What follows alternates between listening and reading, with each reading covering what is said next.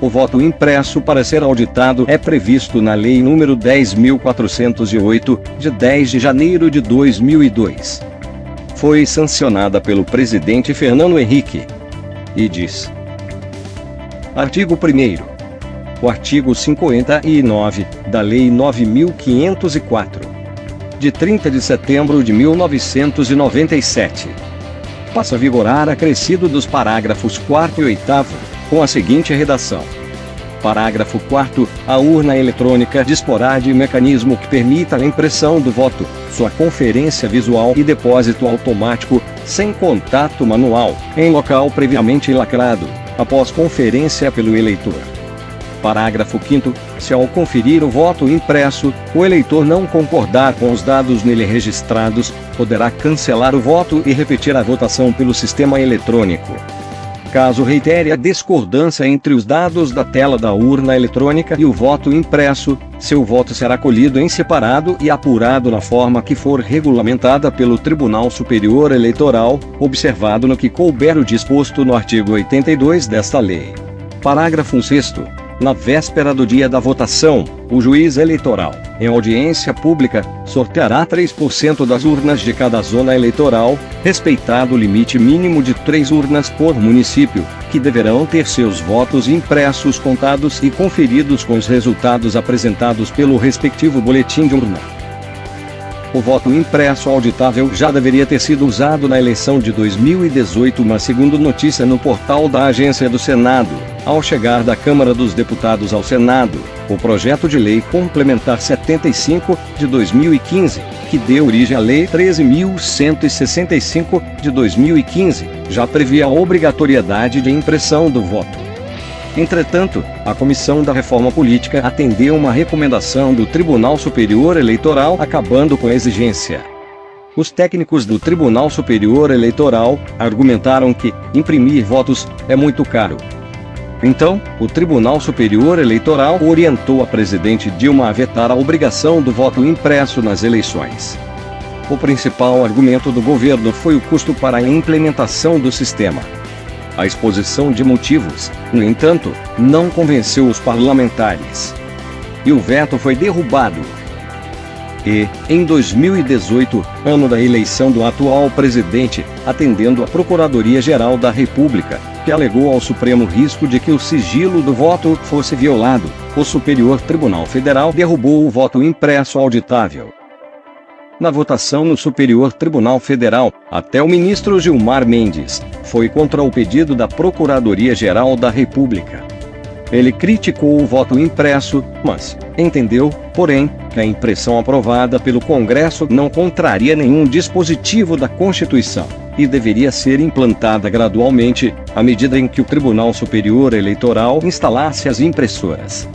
Agora, escute com atenção o argumento do Procurador-Geral do Mato Grosso do Sul, Procurador Felipe Marcelo Gimenez, na Comissão de Constituição e Justiça no debate sobre a segurança do sistema eletrônico de votação no Brasil.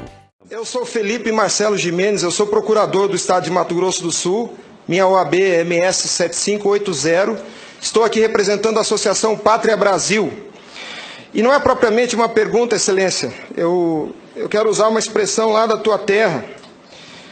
Nós somos advogados, o senhor é advogado, eu sou advogado. E quando esses cientistas falam da tecnologia da informação, nós ficamos mais perdidos que Cusco em procissão. Essa é uma frase muito dita lá. Pois é. Acontece que o nosso povo vem sendo enganado por essa máquina, essa arapuca, porque sempre que olhamos para o problema, tentamos enxergá-lo através da tecnologia. E, na verdade, Excelência, nós temos que olhar para essa máquina com a luz da lei. Antes da ferramenta, deve prevalecer a ordem jurídica. A ferramenta deve servir à ordem jurídica e não o inverso, Excelência. Nós estamos vivendo uma inversão, onde a ordem jurídica é posta de joelhos diante da ferramenta. Por falar em colocar de joelhos, a conduta do ministro Gilmar Mendes em protelar por 2 anos o cumprimento dessa lei deu motivo ao impeachment, ao pedido de impeachment. E eu vou mais além. Me parece que, na verdade, a conduta dele configura o crime de prevaricação, porque se omitir na obrigação do ofício é prevaricação. O que está acontecendo aqui, Excelência? Um dos pilares da República está sendo quebrado. Nossa democracia e a cidadania desse povo está sendo violada, desrespeitada. No entanto, eu quero lembrar aqui uma frase de Billy Graham, um homem que dedicou 99 anos da vida para o bem do próximo. Ele dizia: a coragem é contagiosa, e o senhor está vendo aqui só alguns dos corajosos que se levantaram. Há uma onda gigantesca sendo levantada nesse país, um tsunami que vem em direção a Brasília. Os cidadãos estão indignados. O Tribunal Superior Eleitoral não pode recusar o cumprimento à lei. Se fosse uma ordem judicial, o senhor, Excelência, não teria o direito de cumpri-la parceladamente. É uma lei, não tem vício de forma, nem de iniciativa, nem de conteúdo. Vou ao ponto. Fala-se muito da máquina, eu quero falar do ato jurídico. O senhor, como advogado, entende bem desse assunto. Somente o exercício do voto é secreto para garantir ao cidadão a liberdade de escolha. O ato seguinte, porque o processo eleitoral é feito de etapas, o ato seguinte é um ato administrativo. A contagem de um voto é um ato administrativo e se submete a um requisito de validade sob pena de ser nulo, que é o princípio da publicidade. Qualquer ato administrativo deve ser público. Entenda, Excelência, nós queremos auditar o fato jurídico, não é a máquina. Não nos interessa o software nem a máquina, nem antes nem depois. Nós queremos auditar o fato, que por natureza é um evento. O evento se perde, por isso a necessidade de dar corpo físico ao fato da contagem do voto, para que se conheça, para que se cumpra o princípio da publicidade, porque a publicidade é erga omnes, é para todos os cidadãos, não é só para o eleitor que olha no visor. Essa contagem do voto deve ser feita para que todos os cidadãos tenham a oportunidade de fiscalizá-la. E não é a contagem de milhões de votos, é a contagem de um voto, de cada voto é um ato administrativo, e será nulo se não for público. Há vários princípios constitucionais que vêm sendo quebrados desde que essa arapuca foi inventada lá em 97. A cidadania, a publicidade, a moralidade, a legalidade e a própria república, porque nós cidadãos não temos sido respeitados na nossa escolha. Nossa escolha só será respeitada se ela for retratada no corpo físico da impressão para cumprir o princípio da publicidade. O exercício do voto é secreto, mas a contagem deve ser pública. E qual que é a artimanha da urna? Ela estende o segredo do exercício até a última etapa. E o sagrado BU, eu vou usar uma expressão de alguém, eu não lembro quem é o proprietário dessa frase. A seita do santo byte tem no altar o BU. O BU não prova nada, Excelência. Quando o BU é imprimido, já houve a contagem dos votos em segredo. A fraude já aconteceu, porque cada voto contado deve ser público. O BU informa ao senhor, Excelência, o total. Nem no condomínio onde eu moro não aceitaria uma eleição assim. Imagine, Excelência, se eu fosse candidato a síndico, colhesse a urna e fosse contar dentro do meu apartamento e voltasse e comunicasse aos condôminos. Aqui está o resultado, eu fui eleito. O BU é a prova da fraude, Excelência. O BU é a prova da fraude. Doutora Simone, apesar de muito jovem, foi minha professora na faculdade. Ela é talvez a cabeça mais qualificada nesse Senado para rezar esse discurso, para dizer o que é um ato administrativo. Gostaria que ela estivesse aqui. O que acontece?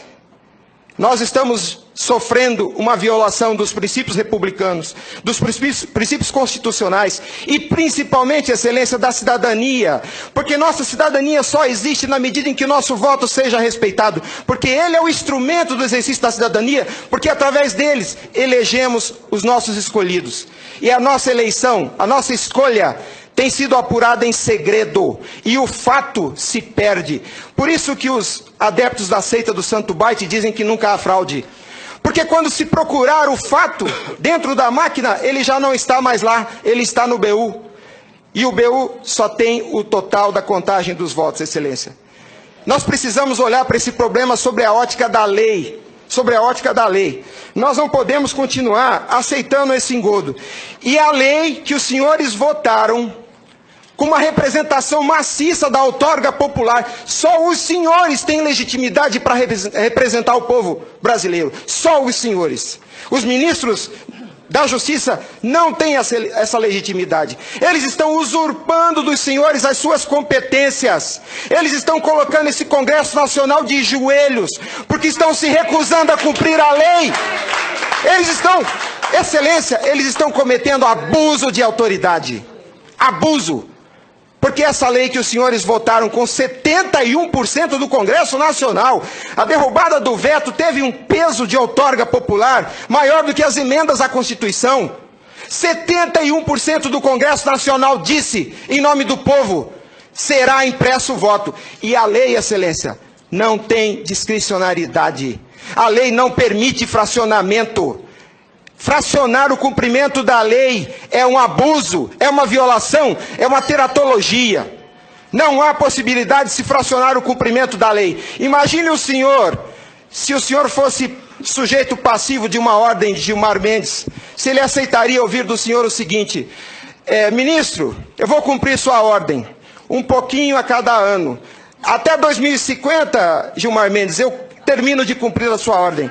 Imagina que ele aceitasse isso do senhor. A lei não tem discricionariedade.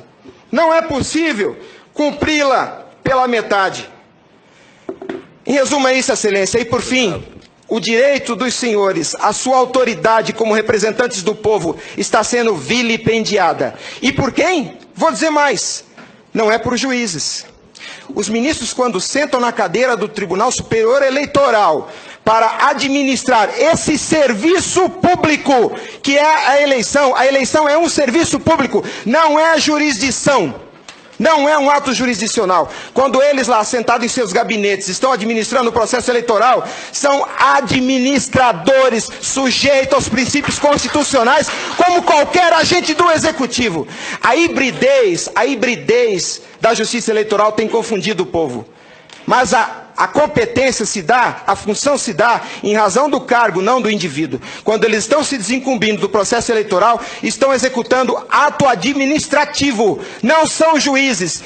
E vejam o absurdo, excelência, um administrador público que por acaso usa toga, se arvoca o poder de desrespeitar a lei que os senhores votaram. Nossa república está à beira do abismo. Se os senhores não se colocarem em pé e defenderem a sua legitimidade da outorga e aceitarem esse abuso de autoridade, acabou a república, excelência. Acabou a cidadania. Então nós somos escravos. Nós seremos escravos se a nossa escolha e a lei que os senhores votaram não for respeitada. Obrigado. Eu quero o meu voto impresso auditável já. E você?